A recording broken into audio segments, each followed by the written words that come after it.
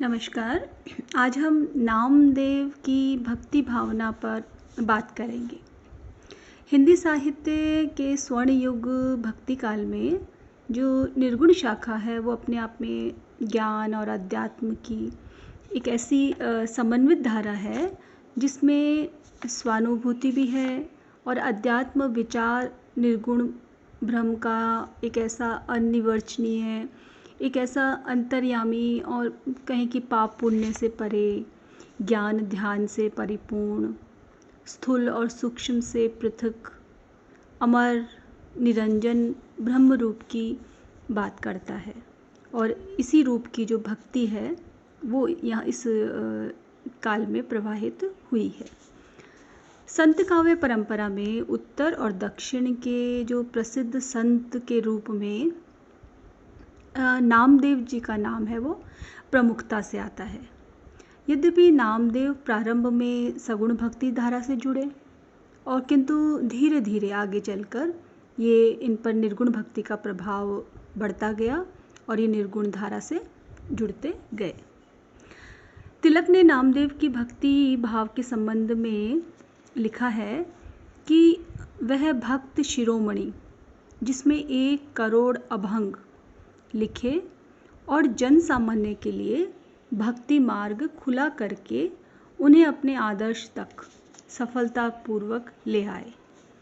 तो इस प्रकार हम देखते हैं कि नामदेव जी का समाज पर इतना प्रभाव रहा कि ये सगुण और निर्गुण दोनों का ही इनमें मिला जुला प्रभाव रहा। प्रारंभ में निर्गुण और फिर सगुण का प्रभाव जो रहा उससे हर वर्ग, हर जो जनमानस का हर वर्ग है वो इनसे जुड़ा और एक ऐसा आदर्श रूप इन्होंने रखा जो अपने आप में अनुकरणीय होता चला गया।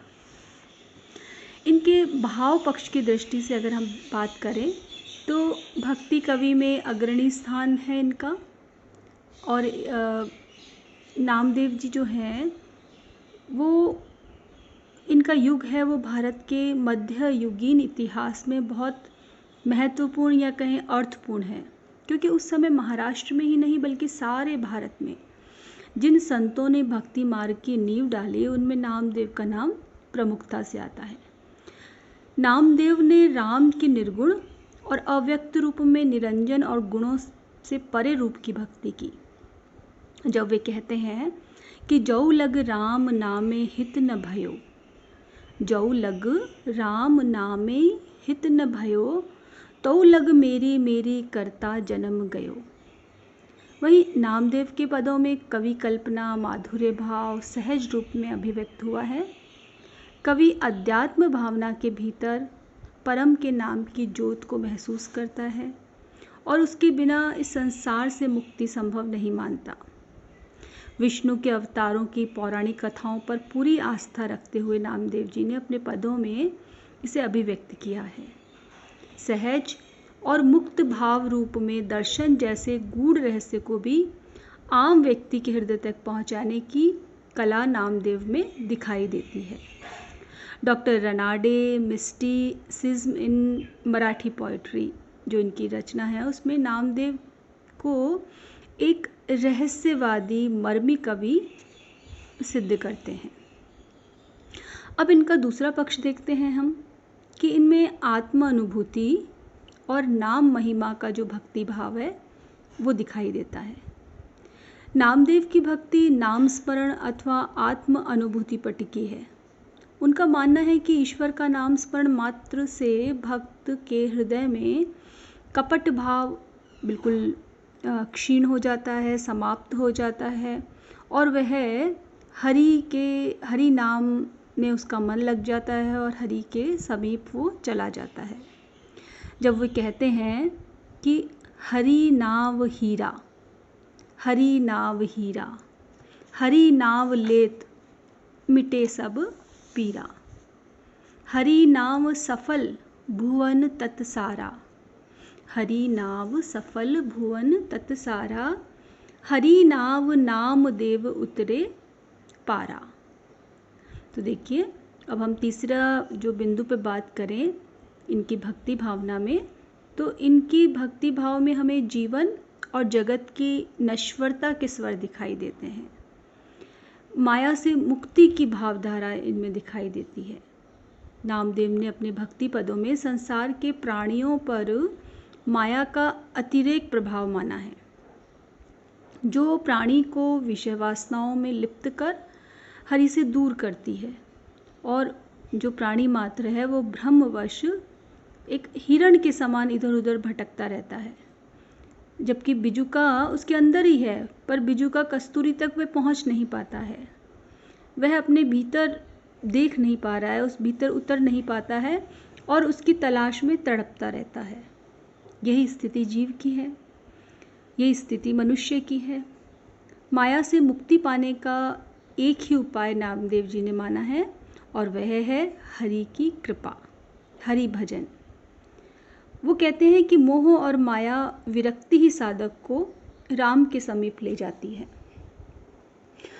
अगले बिंदु पे बात करें तो उनकी भक्ति भावना में आता है परमार्थ साधना और सत्संग। वे कहते हैं कि परमार्थ साधना और सत्संग के द्वारा ही ईश्वर को प्राप्त किया जा सकता है, परम को प्राप्त किया जा सकता है। वो उनका मानना है कि भक्ति की आधार भूमि ही सत्संग और साधना है। यही वह मार्ग है जिसके द्वारा भक्त भगवान में अंतर नहीं रहता, हरि स्वयं भक्त के हृदय में विराजमान हो जाते हैं। अगले बिंदु में हम देखें तो वो कहते हैं कि जाति व्यवस्था पर उन्होंने प्रहार किया है, उसकी जो कमियां हैं, खामियां हैं, उस पर उन्होंने प्रहार किया है। नामदेव ने अपने पदों में जाति व्यवस्था पर जो उसकी कमियों पर प्रहार करते हुए वो कहते हैं कि न तो ईश्वर की कोई जाति है और न ही भक्त की कोई जाति होनी चाहिए। उनकी दृष्टि में अहंकार व्यक्ति पशु के समान होता है। जो अहंकारी व्यक्ति है वो पशु के समान होता है।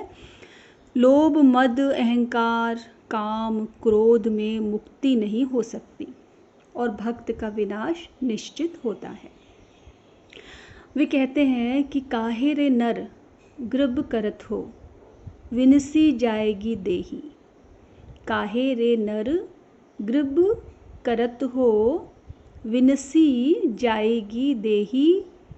उड़ी खगी खड़ी नींव दिखाई, उड़ी खड़ी खड़ी नींव दिखाई, ऊंचे मंदिर छाया। सब कुछ पल भर में ख़त्म हो जाएगा तो गर्व किस बात का है। इसे क्षण भंगुरता भी कह सकते हैं। जीवन की क्षण भंगुर मान के हम उस पर इतना मोह न करें और सभी प्राणी मात्र को समान भाव से देखें, समान समझें। अगला बिंदु है कि कला पक्ष की दृष्टि से अगर हम देखते हैं कि नामदेव जी के जो अभंग हैं वे सहजता और श्रद्धा का स्वर दिखाई देता है, और वह जन साधारण के लिए आसानी से समझ आने वाला, आत्मसात किया जा सकने वाला है।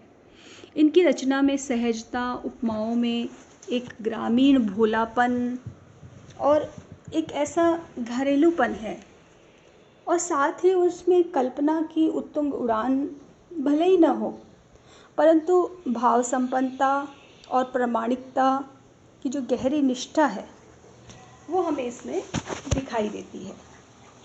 इनकी रचना में सहजता, उपमाओं में ग्रामीण भोलेपन के साथ ही हम देखते हैं कि इनके कवित्व को अगर हम देखें तो 6 अक्षरों वाला, जैसे निवृत्त गायत्री अभंग छंद कहा है, जिसका नाम निवृत्त गायत्री अभंग छंद, इसका इन्होंने उपयोग किया है, जो अपने आप में सहज भी है और एक साधारण जन, जो आम जन है, उस आम जन के भोले हृदय को छूने वाला और उस पर प्रभाव डालने वाला हमें दिखाई देता है। उनकी पदावली में प्राचीन मराठी की बहुत सी शब्द संपदा मिलती है।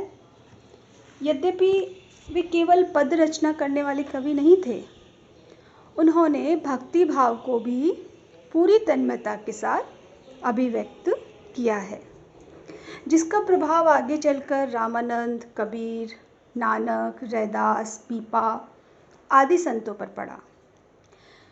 नामदेव की शिष्य परंपरा में अगर हम देखते हैं तो उसमें बहिरदास, विष्णु स्वामी, जालेहो, लद्दा, कस्सो आदि आते हैं। आचार्य रामचंद्र शुक्ल जी ने हिंदी साहित्य के इतिहास में ये अभिव्यक्त किया है कि नामदेव, उनका कहना है कि नामदेव पहले सगुण संप्रदाय के भक्त थे और ब्रज भाषा में काव्य करते थे और बाद में वह निर्गुण बने और नाथ योगियों से उनकी भाषा प्रभावित हुई। इसी तरह मिश्र बंधु विनोद ने नामदेव को वल्लभ स्वामी से पहले का ज्ञानदेव का शिष्य और ब्रजभाषा, अवधी, बिहारी, खड़ी बोली की मिश्रित भाषा का कवि कहा है, जो राम और रहीम को एक मानता है। तो इस तरह से निर्गुण परंपरा में नामदेव जी का नाम महत्वपूर्ण स्थान पर आता है।